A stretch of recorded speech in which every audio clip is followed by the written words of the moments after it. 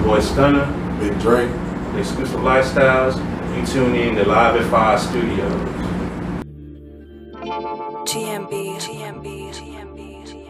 It's simple. If you can only be like the nigga that's running your crew.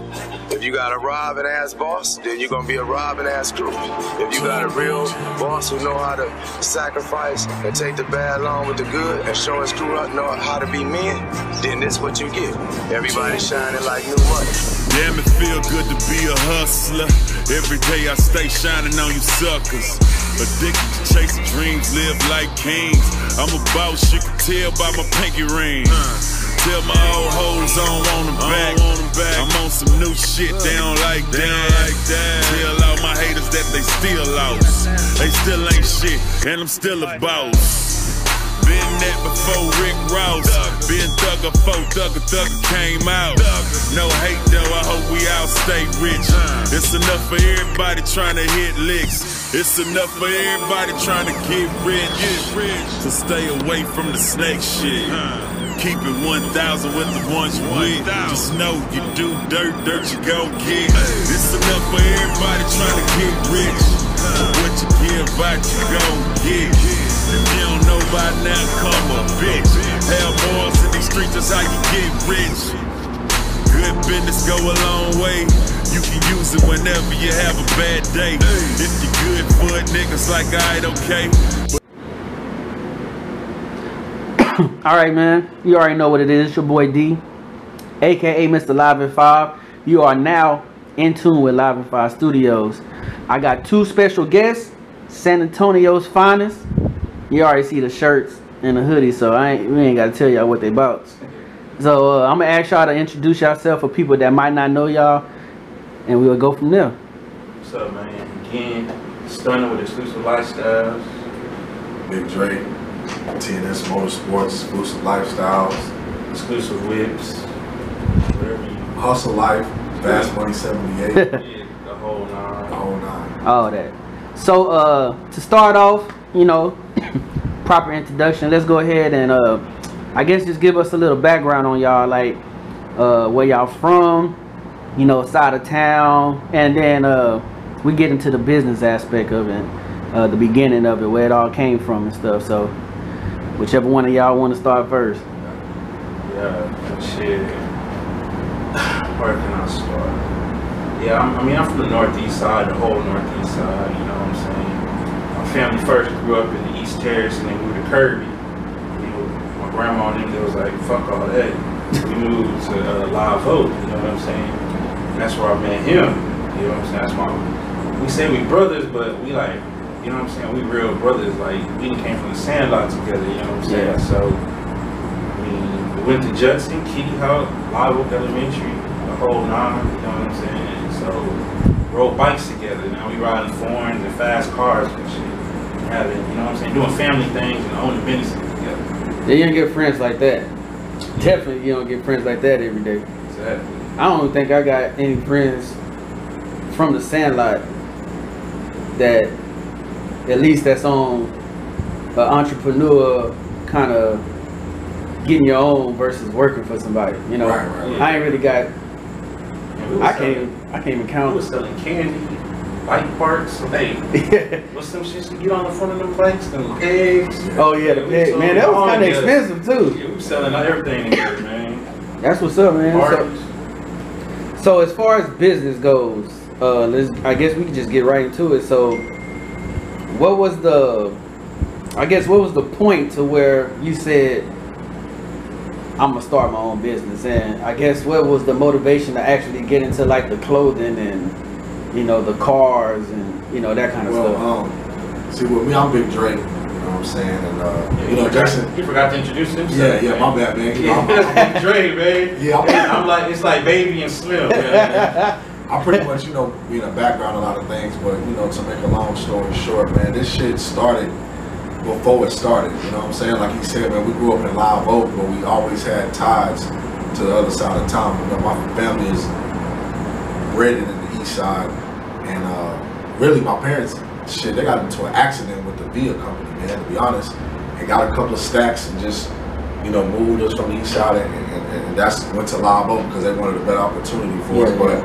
like I said, we always had ties with the other things. So when you say how it all started, you know, when you on the northeast side of town and then you got the east side of town, you know, the hustle and bustle back in the 80s and 90s, early 2000s was on the east. So we picked up things like it's all about a gap. Over there, things are a little cheaper. Yeah. Over here, things back then were, you know, a little bit more. You know, people pay a little bit more. So you get a bike for $10 from Joe Blow over there. Yeah. Shit, you come over here and get it for sell for 30, 40, but they going for 100. So at the same time, you're not, you know, ripping nobody off. Shit, you actually helping them out, helping yourself out at the same thing. So this just started, like I said, he said bike parts. Ice cream, lemonade stands, you know, and we sold everything. Everything, man. CDs, shoes, clothes, you know what I'm saying? We've been doing it for so long when we didn't know what we were doing. Yeah. So the break probably came, I want to say, what, like 99? That first part, that when you went off to college and you came back, he was like, man, look, I'm going to pass the torch to y'all. We had a group, they was Big Time Productions.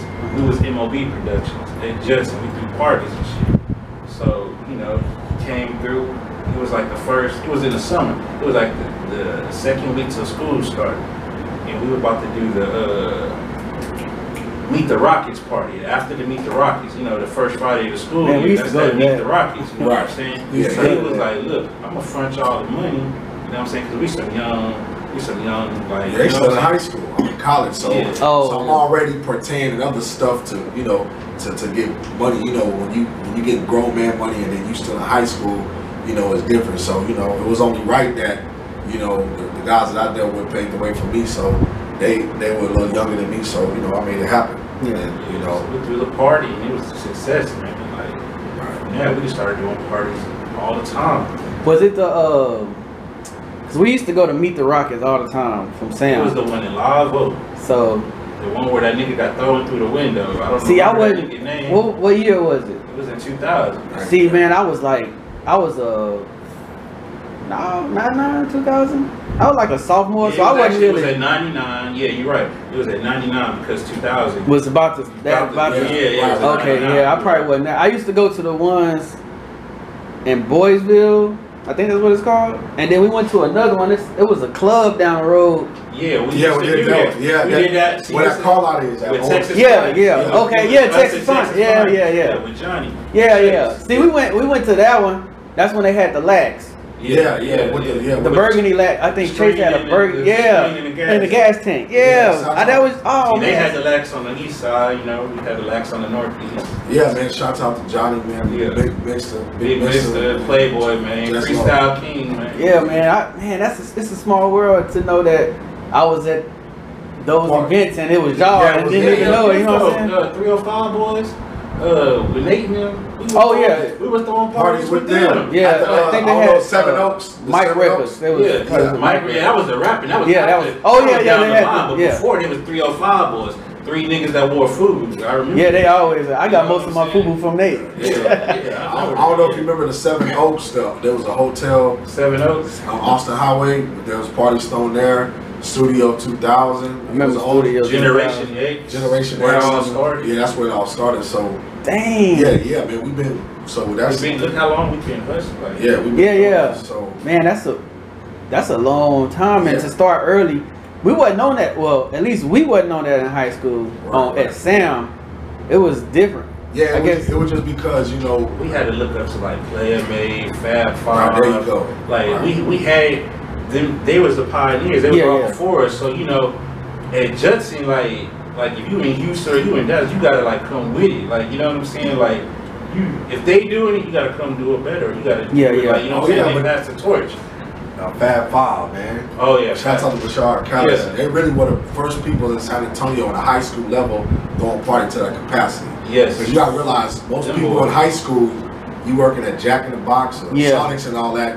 So we packing shows of 500 to almost 1,000 kids times $10, $20 in high school. In high school. So come back to school with knots in your like, so it was a whole different scene. Man, I know Prashad. he not family, but he family. Him and Nate kicked it. You know what I'm saying? So we used to be around. We played football together at Judson. Oh, yeah, okay, yeah. Football. I ain't played no sport. We played. But I sat at the football nigga table though. Yeah, see, we had that too at Sam. Like, okay, you got your section over here for sports. And then you had the regular kids. No other niggas was sitting at the football. If you a regular dude, you got to be like a regular dude from the hood that everybody know, and you can come over and sit. But if you just like come over, they like, nah, you tripping, bro. You gotta go. And it's crazy is because you see it on movies. This is the same way on the movies. I had a pass though. Yeah, you gotta have a pass to, you know, back in those days you had your, like I said, your jocks, your gangsters, your fucking, we used to call them kickers, and the hippies and all that. So everybody had their own section in high school.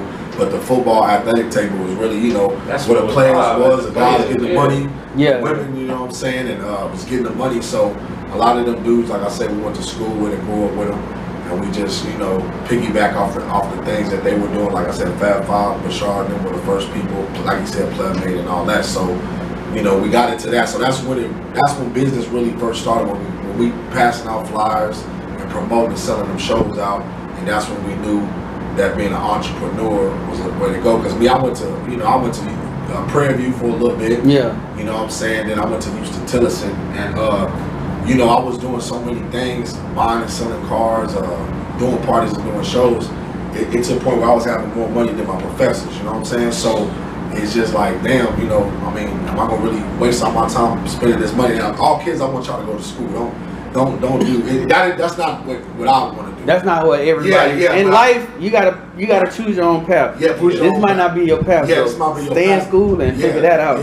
Figure that out. For me, you know, I just figured it out early. So from that point on, I was like, what I want to do waking up. And then I think I came back. I came back and went to Houston Tillerson. I thought I wanted to continue going to school. I cut that out. And then that's about the time we started. We've always kept in touch and be with other all the time. But that's when we started leaking up and developing like a real ticket, like start developing a master plan, you know what I mean? Oh, okay. So that's when we it started with the parties. And then that's where at Nell's house, man. That's where it was. Yeah, man. It's Amy house. That's where we used to skip school. A house party? No, it was the house. Nell's house. We just go over there and chill. And, and just be on like some thinking, like, you know what I'm saying? How to get money all the time. We wasn't a video game playing. Yeah, no video game. Video games and we just about getting money, man. You know, I'm heavily into sports and cars. You know what I'm saying? So we just figured out to do the things that we love. You know, once you have kids or you get old or you get a belly, you can't run the ball no more. So in the NFL. So, you know, and you just got to figure out how to get money and provide, man. So, you know, just what we know. So that led, like I said, that led us to linking up. And then the first thing we dropped was Xclusive Lyfestyles on Lakeview Drive, right? Yeah. That was on the fluke. I ain't even gonna lie to you. Yeah, man, that was just... I think that I seen some pictures. I think you was like in the garage or something, right? Man, I was in my kitchen in my house. Oh yeah, kitchen. Yeah, I seen some throwback pictures. So I was like, dang, like it's good to see. It's good to see that kind of a picture like that. So now you know he really grinded to get to this point. Like it wasn't no. Yeah. I came in and boom, I got the building. You like, well, what's the backstory to it? Man, look at it. The backstory is like. Shit, I needed somewhere to put my shit. And him and his wife, they had we had a tax office. They had a tax office. I was working out the bathroom, my nigga. Like, yeah, because we called it the shit factory. The shit factory. That's what we called it. The shit factory because it was in the bathroom. It was in the bathroom. Yeah, because we've been there. You I think, yeah. There was a toilet behind me. Yeah. And I was working in that thing. Yeah, so I put it in there and shit. And the real talk, the thing of it is, man, I had, like I said, I'm always dibbling and dabbling, you know, different adventures. But at the time, my wife, you know, she was doing taxes or whatever. And, you know, you pay the rent just at that time for income tax. Yeah. So I'm thinking like, damn, well, what can we do for the rest of the year? So, you know, like I said, this nigga was doing the shit in his garage, in his living room, wherever.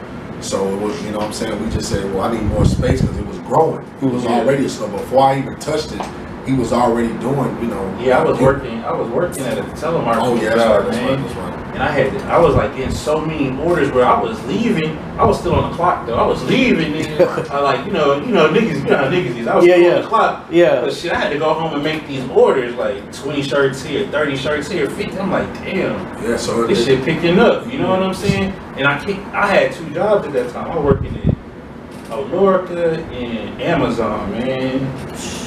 And then I heard myself. And doing the shirts? Yes, that's what I'm saying, bro. Dang. Like, so it became and a family. Like I had a family too, so I had to like put all that into one. Yeah. You know what I'm saying? So I'm doing that. I'm like, man, this shit ain't working. You know what I'm saying? So I heard myself at Amazon. Keep in mind, I'm the top fucking like nigga at Amazon, like packing. Nigga, every day I'm packing. And you know, it's a temp job, so I heard myself thinking somebody gonna let me go and not pay me. I was like, what?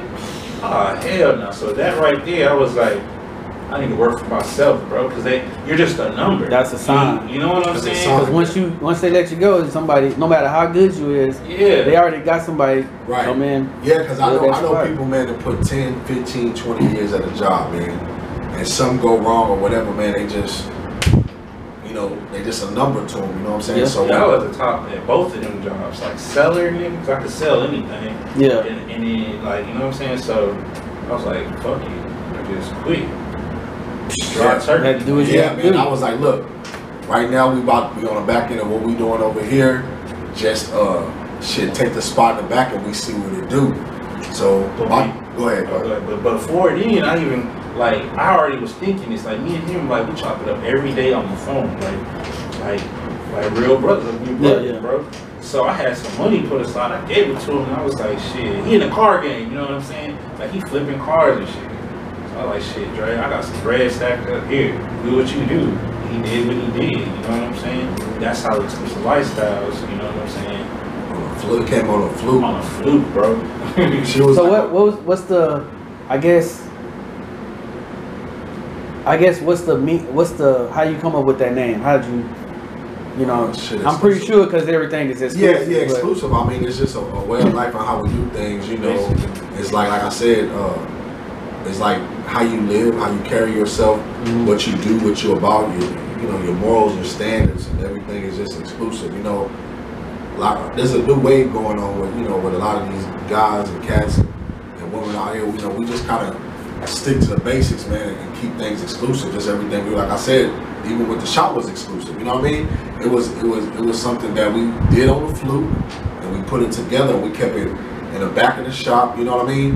And only mess with certain clientele until we build the momentum up to where at a certain point she couldn't come back no more. It took off on itself because of how we carry our business and how exclusive, you know, getting our merchandise, you know, our business eventually deals. So it's just exclusive lifestyle. It's kind of really self-explanatory. Yeah. And then I mean, for me, I met him through Courtney.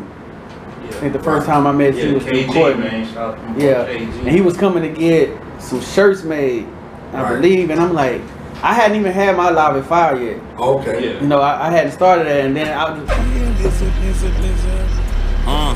you already know.